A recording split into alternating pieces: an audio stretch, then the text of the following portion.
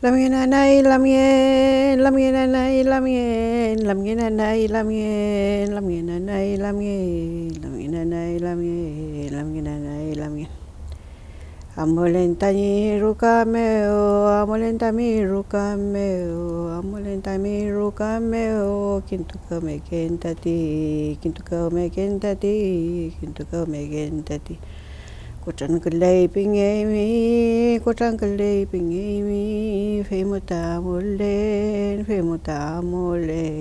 inantenari rupo, inanientani rupo, kintur ponga, femuta mulen,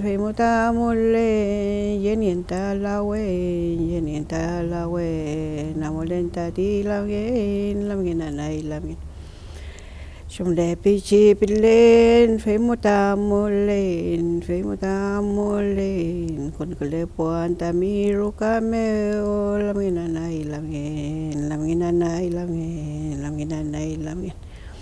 Con kule panta miru cameo, shumelo kam sungulan, kamil kutonien, pikentati lamina nai lamen. Yaskutuni elayan, kapal niele yo lawen, lamina nai lamen. Tremol tuayay mo, tati lawen feita, kapal nin tati lawen, lamina nai lamen. Yaskutuni elayan, koneng panie keyunga, filian tinggal lamen nai lamen. Longko tuko nie yunga lamien, kapiu ke tu yen yunga lamien. Yaskuturu melayan, lamien lamen. Trafia nga, koneng panie yunga lamien, pepiu mautulan.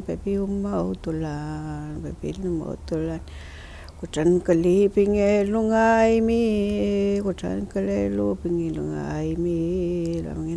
lamien. Femuta pepa keyo,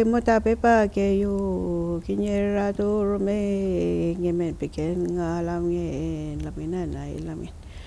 Feitashi lawen nga, tremol tuay mo nga lamien,